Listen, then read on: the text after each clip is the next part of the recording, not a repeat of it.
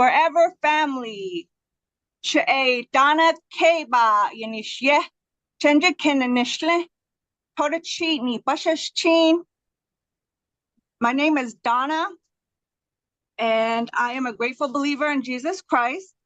I am in recovery for alcoholism, drug addiction, anger, anxiety, manic depression, self-doubt, negative self-talk, comparing myself to others, domestic violence, codependency, and abandonment and trust issues.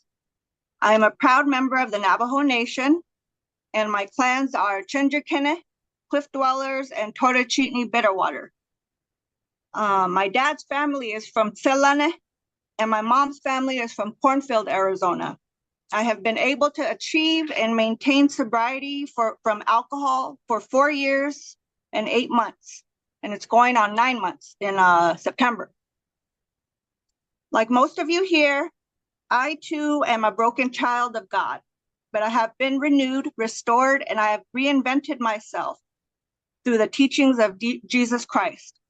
Let me tell you how, because I am proof that it can be done. You all can break the chains of addiction and mental illness. Here is my story. I was born at Kaiser Hospital in Harbor City, California in 1982. I am the youngest of 3 girls, and by youngest, I mean there is a 14-year age difference between my middle sister and myself. I love my sisters dearly, but I haven't been that close with them, not because they live in different states and have families of their own, but mostly due to my alcoholism and self-isolation. I'm happy to say that since I got sober, our relationships and communication have flourished. I am 43 years old, and by choice, I have never married or had children. In a different but equally fulfilling way, I am a dedicated dog mom to my 2 blessings, Muppy and Shadow. My pups and I live in Long Beach, California, with my parents, who are both 80 years old. You could not tell that my parents are 80 by looking at them, though. I think I get my humor and coolness from my dad and my style and fashion from my mom. My intention is to become a caregiver for them whenever that becomes necessary. I am truly blessed to have the unwavering support of my entire family, including my extended family, throughout my recovery journey. In my early childhood, I lived in Torrance, California, and I had a good childhood. I loved to read, color, collect stickers, and I enjoyed school. I was a daddy's girl from the start, and I pretty much got everything I wanted. A Nintendo when it first came out, a scooter, a bike, a puppy, a kitten, and several goldfish. In that house on 228th Street is where I had my first taste of beer. My sister gave me a sip, and it was gross. Ultimately, it was there that I witnessed my first memorable traumatic experience that was a result of alcoholism. It was Christmas time, and I was about 8 years old, and some neighbors came over to have a couple beers. Well, a couple beers resulted in intoxication, and this led to my mom getting into a violent altercation with a male neighbor. She was cut on her eyelid with a broken bottle. Thank God she only got stitches and it didn't affect her eyesight. But seeing all that blood was traumatizing, and that event became a core memory for me. I just remember uncontrollably crying because she was screaming and crying. I thought she was dead or going to die, and that's where my fear of death and abandonment began. After that experience, it was always very distressing for me whenever my parents wanted to go out and leave me with a babysitter. I would throw an emotional fit to the point where I would hurt myself in a desperate attempt to make them come home. I remember my earliest birthday wish, and all the birthday wishes after that was for my parents to have everlasting life, a concept I had learned at one of my few visits to church as a child. When I was 12, we moved to Long Beach, California, and I attended Long Beach Poly High School. Throughout junior high and high school, I had severe chronic migraine headaches. I couldn't see, I would throw up, and I just couldn't function. It was then that a doctor improperly prescribed me with Vicodin, which my parents and myself were unaware is an addictive narcotic. In high school, I felt the peer pressure to have sex, drink, and smoke weed, but I never let it get to me. At the time, I hated alcohol. The disease of alcoholism is a family secret that has negatively affected generations of my family on my paternal and maternal sides. My parents drank, their extended families drank, my sisters, cousins, everyone. I didn't know anyone in my family who didn't drink, and I promised myself I would never be like them. I never wanted to be a stereotypical drunk Indian. I was too smart for that, and I had my future to think about. That's until I met a boy. He was my first love and my first drunk. I was 18 and I felt old enough, like I had held out from peer pressure for long enough. He introduced me to weed and tequila, and I introduced him to prescription drugs. I was taking up to 10 Vicodin at a time and chasing it with alcohol. That's where the substance abuse started, and college took the back seat. Before I even turned 21, I started going to clubs and bars and meeting random men. I had an older cousin who let me use her ID. She was recently divorced from her high school sweetheart, and she needed a companion to help her explore the unknown freedom of single life. We were both brand new to the bar scene, and it soon became evident that we both carried the addictive gene. As they say, misery loves company. From the beginning, I was out of control. I blacked out every time I drank, but I thought that's what drinking was. Being young, wild, and free with the you only live once YOLO attitude, having no inhibitions, being sexually promiscuous, then blacking out and doing it all over again the next day. Drunk driving became a norm for me, and I never considered the consequences. There were countless times when Jesus truly took the wheel. I would get home and have no recollection of how I got there. I had no clue that all those times I made it home safely, Jesus was showing me his amazing grace and mercy, waiting for me to recognize him and step out of my denial. Now I realize that drinking for me was insanity. I would do the same thing over and over again and expect a different outcome. And it only got worse every single time. I told myself, I can handle my liquor. I'll only drink beer. I'll keep track of how many drinks I have tonight. I'll drink in moderation. But that's the thing. I cannot do drugs or drink alcohol in moderation. Moderation does not exist for me, and I never can have just one. In 2004, I dropped out of Long Beach City College, where I was studying to be a nurse, and my relationship ended. I was lost and heartbroken.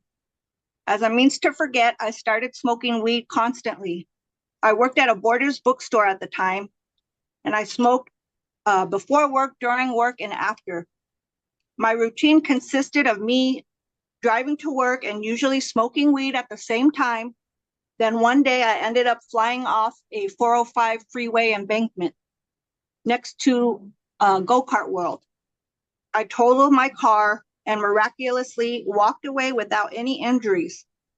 Soon after, I met another boy who introduced me to cocaine. I didn't think my coke use was a problem because it was always given to me and I never bought it myself. I did it socially. I realize now I use coke to drink more. If I felt too tipsy, I would do a couple lines to sober up and party on. I would have pointless conversations with random people and snort coke all night until one of us heard the birds chirping outside and we realized it was morning. One night, I left a local party drunk and high on coke with a friend of mine in my car who was underage, and I couldn't find my way home. I got a DUI. In 2005, since I had no real obligation, kids, school, marriage, etc., I decided to move to the Navajo reservation. I had visited the res many times throughout my childhood, but I wanted to prove to my family and to myself that despite being an urban Indian and growing up in the city, I could endure the rural res life. There was no running water at the time, and it was definitely an experience having to use the outhouse in the middle of winter. While I was there, my goal was to document the societal hardships that my people had to deal with on a daily basis. For example, waste management, high rates in diabetes, alcoholism, the meth epidemic, and the high suicide rate. And instead, the isolation and unemployment caused me to fall deeper into my alcoholism. The positive takeaways from my time on the res was I was able to take a Navajo 101 language class and a rug weaving class at the local community college. I eventually moved back home and continued my alcohol-fueled social life. My promiscuity had led to many meaningless, empty sexual encounters and debauchery. I convinced myself that by exploring and experimenting with my sexuality, I was breaking sexist double standards, like it was my feminist right to participate in this distorted free love. In reality, I had no self-worth, no moral values, and no self-identity. My past relationships were dysfunctional and volatile, and 100% of the time I instigated the violence. I have pulled a knife on my ex-boyfriend, a gun, and have used my car as a weapon. I would destroy my boyfriend's property, and he would beat the crap out of me.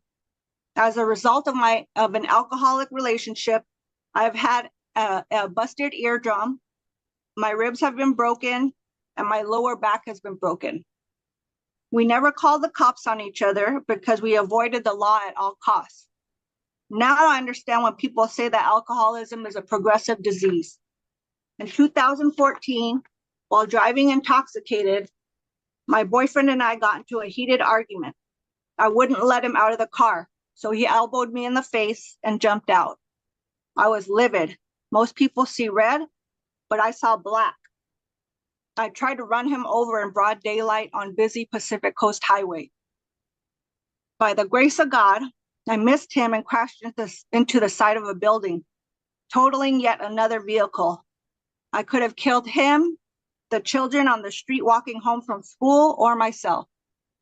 I manipulated the situation by crying and lying and playing the victim, and I avoided arrest. That was the first time I ever truly scared myself. I had an uncontrollable alcoholic psychotic episode. That was a life or death event that seriously made me consider entering rehab.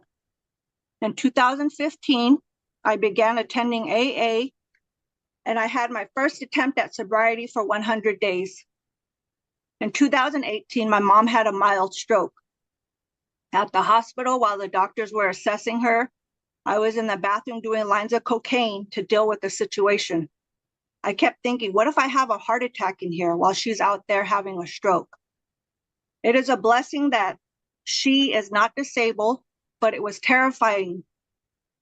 I seriously thought I caused her stroke due to the worry and anguish that my selfish recklessness afflicted upon her. My mom's health scare initiated a downward spiral for me. I started using meth. I became obsessed with watching her sleep because I didn't want her to die. I felt so alone. I had no one to talk to or to lean on. If I confided in my sisters, it would get back to my mom, and I didn't want to contribute to her stress. I needed an outlet, someone trustworthy I could communicate with.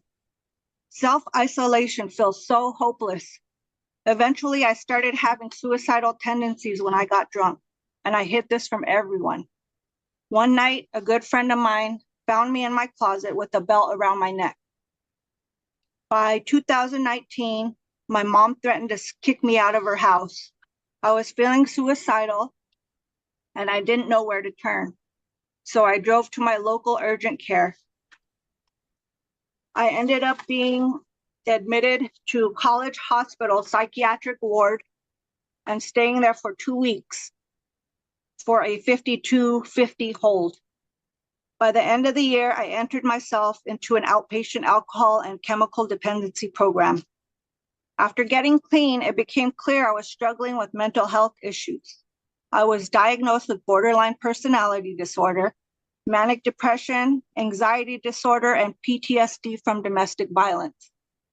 It was at this intensive outpatient program that a counselor gave me a flyer for Celebrate Recovery at Parkcrest Church. And the rest was history, right? No. 2020 was a life-changing year for everyone. I discovered Celebrate Recovery during the pandemic. Ironically, I feel like COVID was a blessing in disguise. The bars were all closed and there were no social gatherings, which made it easier for me to avoid drinking situations. I had all the time in the world to spend with my family, and that brought me closer to my parents. I know the same cannot be said for others. No socializing meant no meetings and no support groups, and the isolation drove many to relapse. On November 22nd, 2020, I relapsed after 9 months of sobriety. During my relapse, I ended up at my boyfriend's place, the one I tried to hit with my car. Even though I slept for a while, by morning I was still drunk and I wanted to continue my binge drinking. My boyfriend was not having that, and while he was trying to get me to leave, I tripped and fell on my back.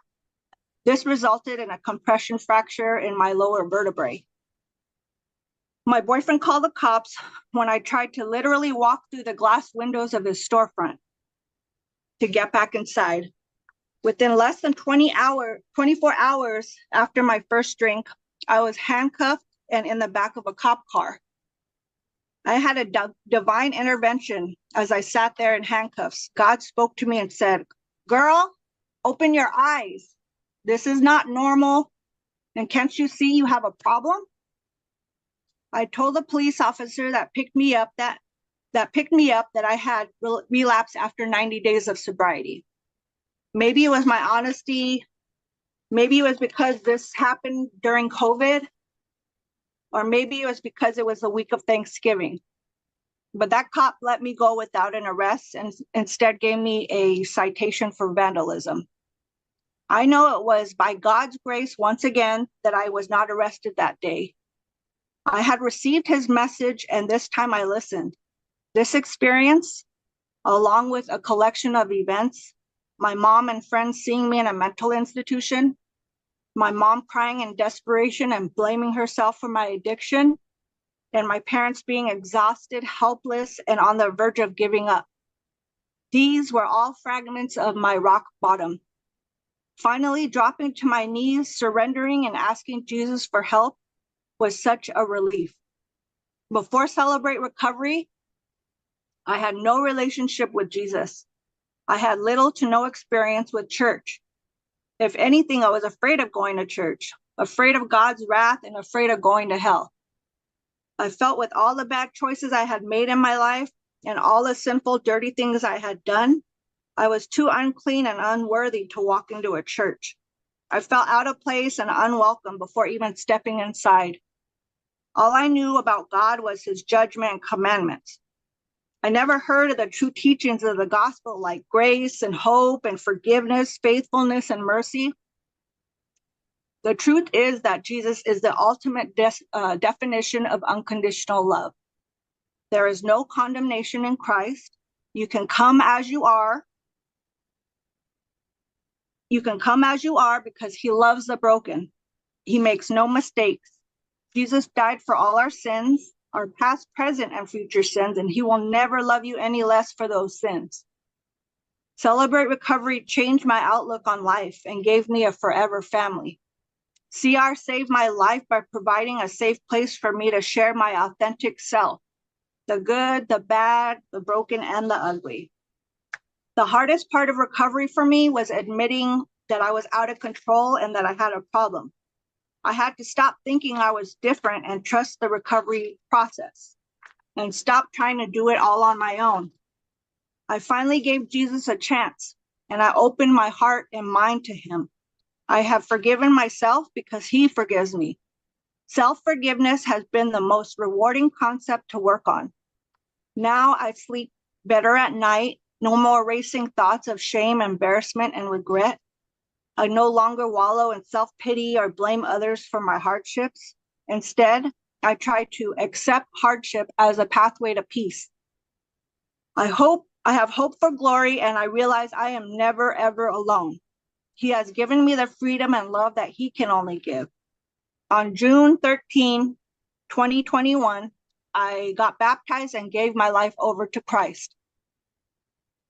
Somehow, in the middle of this addiction and chaos and self-destruction, I was able to graduate with honors from Cal State University, Dominguez Hills, with a Bachelor's of Science degree in sociology and a minor in health science.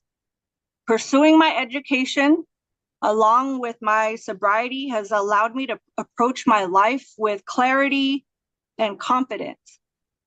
It has allowed for so many positive opportunities for personal and professional growth.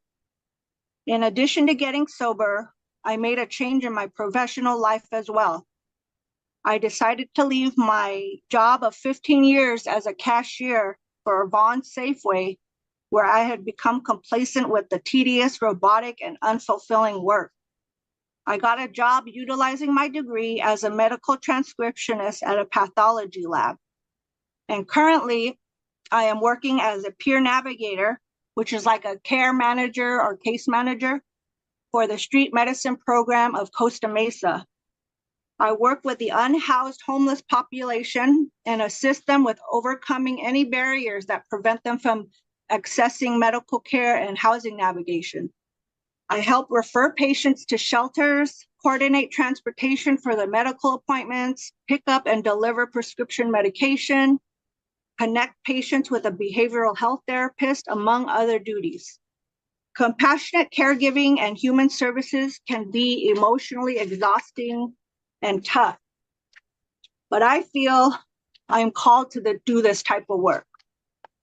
I am doing God's work. I feel a sense of fulfillment by doing for others and advocating for those who are underserved. I could never hold down this job or any job in the medical field if I had not changed the way I was living. I have mended so many relationships, made amends to several friends and family, and carry less resentment.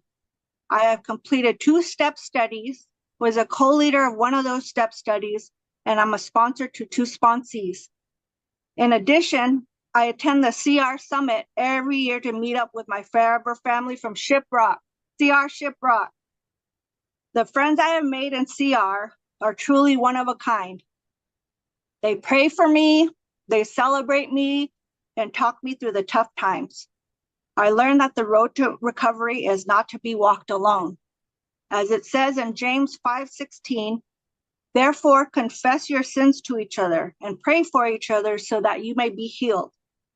Recently, I lost 2 friends in 1 week, and they both struggled with alcohol and drugs.